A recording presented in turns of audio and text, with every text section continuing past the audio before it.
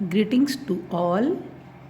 Myself, Dr. Linta Arora, Assistant Professor, Department of Botany, Government PG College Bara, Rajasthan. Today, we are going to study about Odogonium. Students, आज हम unit second में Chlorophyceae के member Oedogonium के बारे में study करेंगे।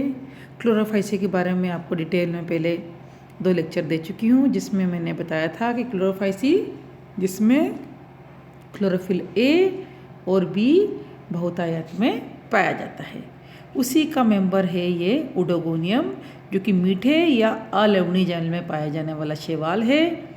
इसका thallus अशाखित तथा तंतुओं का बना होता है।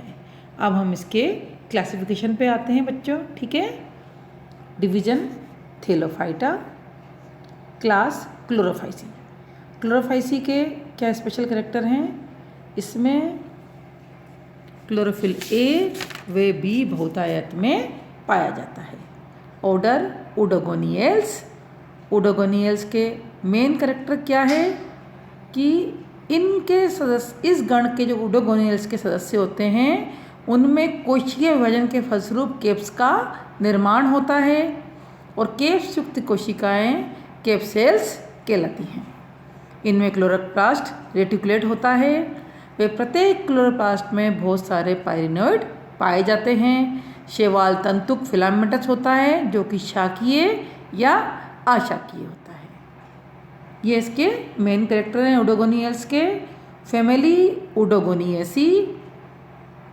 इसमें तंतु एक पंक्तिक होता है ओडोगोनियसी में। केप्स उपस्थित होते हैं। अलैंगिक जनन चल बीजाणुओं द्वारा तथा प्रत्येक बीजाणुधानी में सिर्फ एक ही चल बीजाणु बनता है। लैंगिक जनन विषम युग्म की एडवांस ओगेमस टाइप का होता है। तो ये तो इसके क्लासिफिकेशन के कैरेक्टरिस्टिक हैं। अब हम इसके प्राप्ति स्थान पर आते हैं, अकरेंस पे आते हैं कि ओडोगोनियम कहाँ वे कैसे वातावरण में पाया जाता है। ओडोगोनियम ओडोस स्वेलिंग गोनोस रिप्रोडक्टिव बॉडीज या structure is an exclusively fresh water alga. ये मेनली मीठे या अलवणीय जल में पाया जाने वाला हरा शैवाल है। Out of about 400 species, more than 200 have been reported from India। 400 में से 200 जातियाँ इंडिया में इसकी पाई जाती हैं। They are very common in pools, ponds, lakes etcetera. ये पूल्स, पॉन्ड्स और लेक्स में कॉमनली बहुतायत में पाया जाता है। द फिलामेंटस प्लांट बॉडी में भी, द फिलामेंटस प्लांट बॉडी में get attach with the stone, would, leaves of aquatic plants, some branches of dead plant remains in water etc. by their basal cell, the hold fast. Some species like Odogonium terrestris are terrestrial। ये कुंडों व पोखरों के शांत जल में पाया जाता है।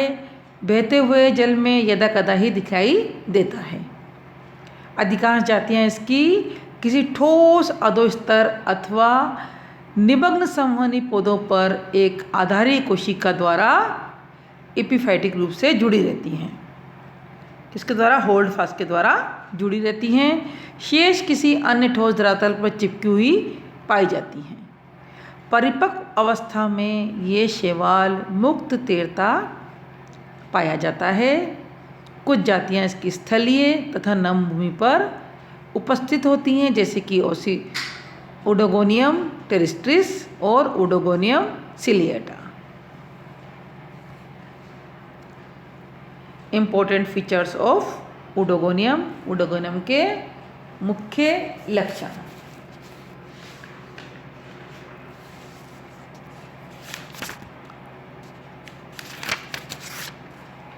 This is common freshwater alga growing on substratum like sand particle, rocks etc. ये commonly freshwater alga है। The plant body is unbranched filamentous and differentiated into apex to base. इसकी प्लांट बॉडी अनब्रांच्ड होती है, अशाखित होती है, और तंतुल होती है, फिलामेंटस होती है। Cell have reticulate chloroplast. कोशिकाओं में रेटिकुलेट क्लोरोप्लास्ट पाया जाता है। जाली कवच हरित लवक इसमें कोशिकाओं में पाया जाता है। Presence of caps on the young dividing cells. Young dividing cells में केप्स की प्रेजेंस होती है। Vegetative cell division is very elaborate. Asexual reproduction take place by multiflagellate zoospore where flagella are arrange around the beak like apical region. इसमें asexual अलैंगिक जनन जो इसके अंदर होता है वो मल्टीफ्लैजिलेट जूस्पोर के द्वारा होता है। Sexual reproduction is advance oogamous type. Sexual reproduction इसका एडवांस ओगेमस प्रकार का होता है। दोबारा से रिपीट कर रही हूँ बच्चों। ओडोगोनियम का थैलस अशाखित व तंतुओं का बना होता है। अनब्रांच्ड व फिलामेंट्स का बना होता है। तंतु की सभी कोशिकाएं एक पंक्ति में व्यवस्थित होती हैं। इन सबकी संरचना केवल होल्ड फास्ट को छोड़कर सबकी एक जैसी होती है। संलग्न का आधारी भाग फिंगर लाइक प्रोजेक्शन बनाकर तंतु को आधार से चिपकाने में सहायता करता है।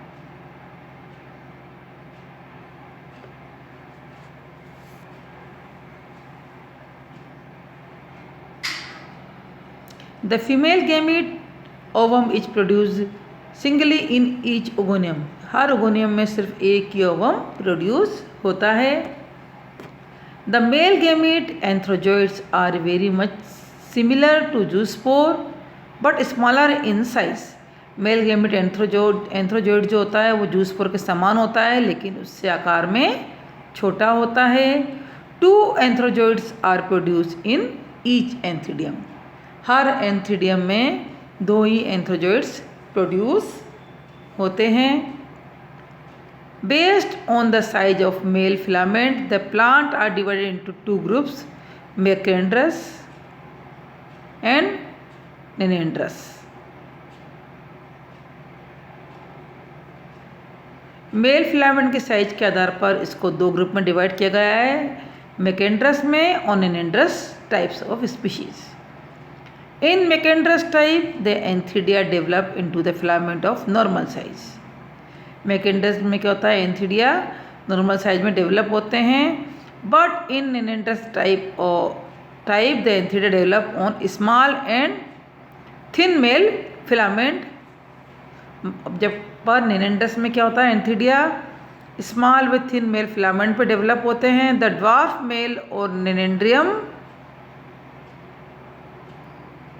इस पे डेवलप होते हैं। Develop on germination of androspore. The androspore forms singly in androsporangium develop in the normal filament. The androspore are smaller than zoospore but larger than antherozoid. Androspores क्या है, जूस्पोर से तो आकार में छोटे होते हैं लेकिन ये एंथ्रोजोइड से आकार में बड़े होते हैं। The zygote undergoes meiotic division and produce 4 zoospore। In dioecious species 2 produce male and 2 other produce female। zygote में meiotic division होते हैं और वो 4 जूस्पोर बनाता है जिसमें से 2 तो फीमेल होते हैं और 2 मेल होते हैं। अब हम आते हैं इसकी कोशिका की संरचना पे। Plant body of oedogonium.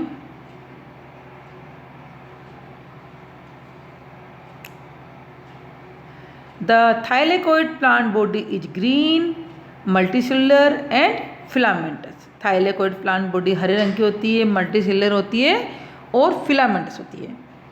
Oedogonium की कोशिकाएं बेलनाकार होती हैं। होल्ड फास्ट को छोड़कर सभी कोशिकाएं एक समान होती हैं।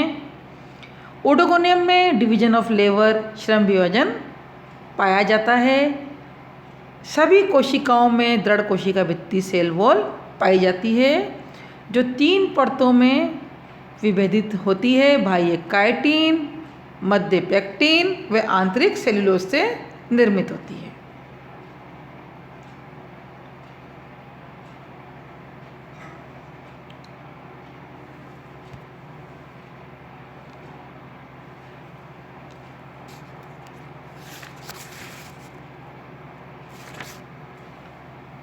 The filaments are unbranched and cells. Each filament are attached end to end and form unicellular row.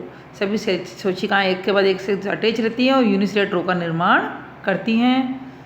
The filament is differentiated into 3 types of cell. Filament 3 तरह की सेल्स में डिफ्रेंशिएटेड होता है, basal cell, apical cell and middle cell.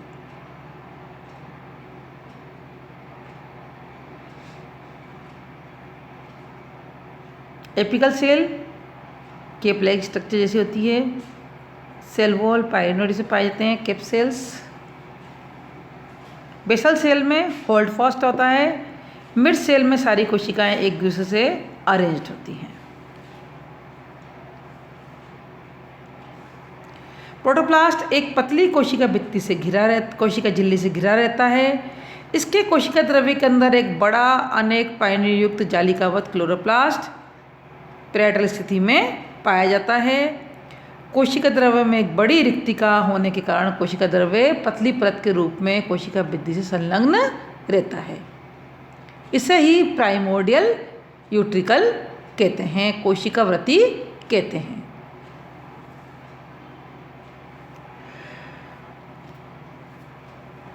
सबसे पहले हम basal cell पे आते हैं। It is lowermost cell of the filament. देखो बच्चों, फिलामेंट की बेसल सेल आपको दिख रही है, न्यूक्लियस दिख रहे हैं, केप सेल दिख रही है, पाइरिनोड नज़र आ रहे हैं, सेल वॉल आ रही है, रेटिकुलर क्लोरोप्लास्ट भी इसमें सेल्स में नज़र आ रहे हैं। It is lowermost cell of the filament. ये फिलामेंट की सबसे लोअर मोस्ट सेल होती है। The cell is long, gradually narrow, and toward the basal end it expand to form simple dish-like structure, multi-lobed or finger-shaped structure। ये लंबी होती है, gradually narrow होती है और उसके बाद ये एक डिश-लाइक मल्टी-लॉब्ड फिंगर-शेप्ड स्ट्रक्चर का निर्माण करती है। The cell is generally colourless. ये सेल जनरली कलरलेस होती है। which perform the function of fixation of the substratum and called holdfast। इसका कार्य क्या होता है? सबस्ट्रेटम से सेल्स प्लांट को चिपकाना, जिसे कि हम होल्डफास्ट के नाम से जानते हैं। Apical cells, it is upper most cell of the filament. ये फिलामेंट के सबसे ऊपर की सेल होती है। The cell is usually rounded toward apical side and green in color। ये सेल्स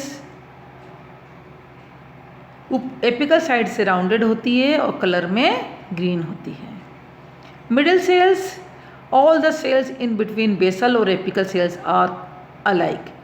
सारी कोशिकाएं जो एपिकल सेल और मिडिल बेसल सेल के मध्य होती हैं सब एक समान होती हैं। The cells are longer than breadth. Example rectangular in shape. इसकी सभी कोशिकाएं लंबाई अधिक होती है चौड़ाई के मुकाबले, यानी कि रेक्टेंगुलर शेप में होती हैं। Toward the upper end of some cells a ring like structure is present known as cap और एपिकल सेल। कुछ फिलामेंट के toward the upper end of some cells, कुछ सेल्स के ऊपर का भाग में रिंग लाइक स्ट्रक्चर प्रेजेंट होता है, जिसे कि केप या एपिकल सेल कहते हैं। The cell with cap is called cap cells. जिस सेल्स में केप प्रेजेंट होती है उसे केप सेल कहते हैं। The number of caps on a cell indicate the number of cell division in that cell. जितने नंबर केप्स के present होते हैं तो उसके अंदर उतना ही वो सेल डिवीजन उस सेल्स के अंदर होता है।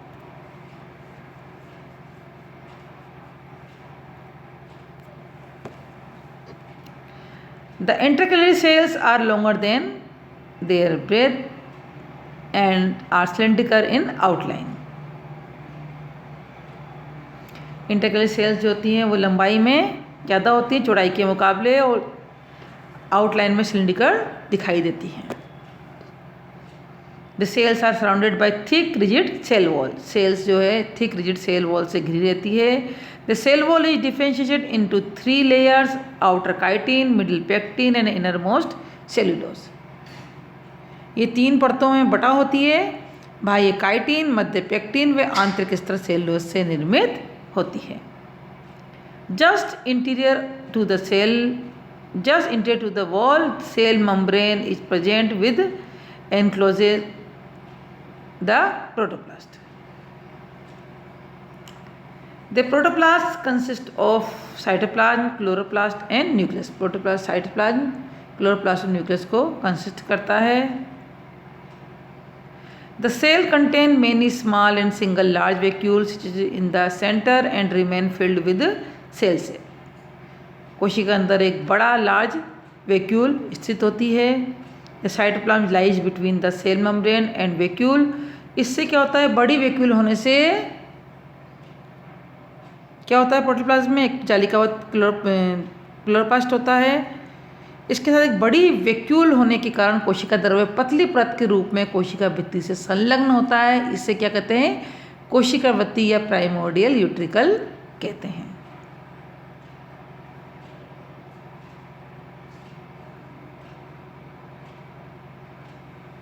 The cytoplasm is single, large and reticulate which remains embedded in the cytoplasm. It extends from one end of the cell to the other end. Cells are uninucleate and nucleus is generally present in the center of the cell within the cytoplasm or in it may be eccentric.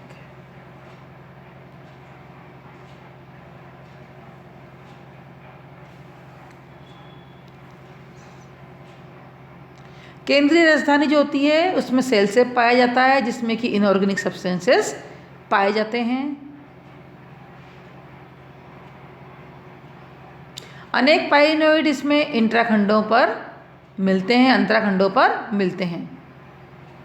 पाइरिनाइड में starch के रूप में भोजन संचित होता है. कोशिका के मध्य में हरित लवक के अंदर एक बड़ा केंद्रक स्थित होता है. इसमें 2 केंद्रिकाएं पाई जाती हैं. अब हम इसके कोशिका विभाजन पर, सेल डिवीजन पर आते हैं.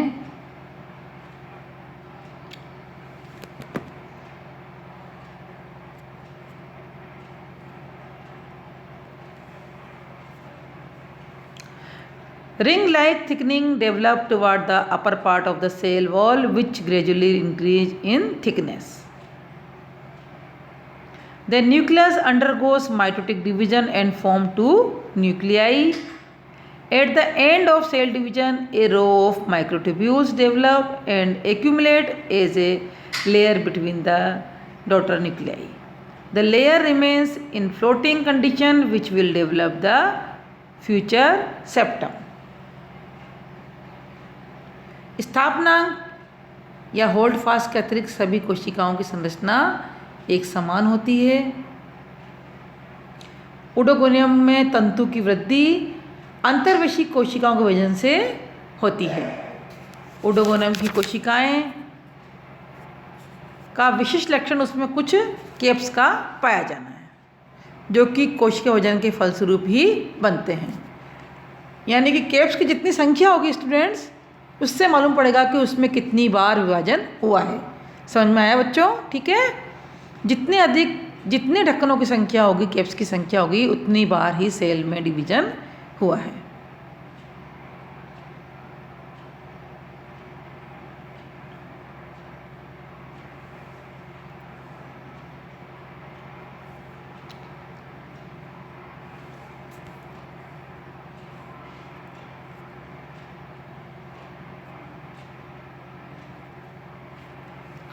The ring-like thickening gradually elongates and splits the mother wall toward the apical region. The ring expand much more and form a concave cylindrical structure. विभाजन की प्रारंभिक अवस्था में इसका केंद्रक कोशिका के दूरस्थ सिरे की ओर अग्रसित होता है। कोशिका के दूरस्थ सिरे पर पट के समीप पार्श्व भित्ति में छल्ले का निर्माण, रिंग्स का निर्माण होता है। ये छल्ला कोशिका भित्ति के समान 3 परतों में विभेदित होता है। ये छल्ला निरंतर बढ़ता जाता है और मोटा होता जाता है।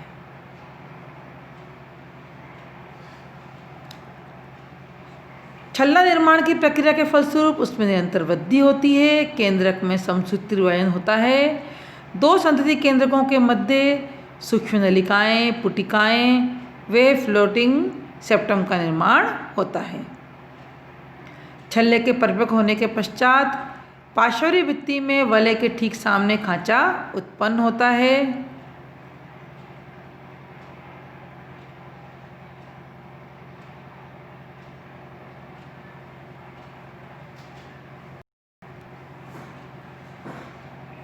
ये संपूर्ण क्रिया के फलस्वरूप बेलनाकार संतति कोशिका का निर्माण होता है। मुक्त पट के ऊपर संतति केंद्रक इस कोशिका में आ जाता है।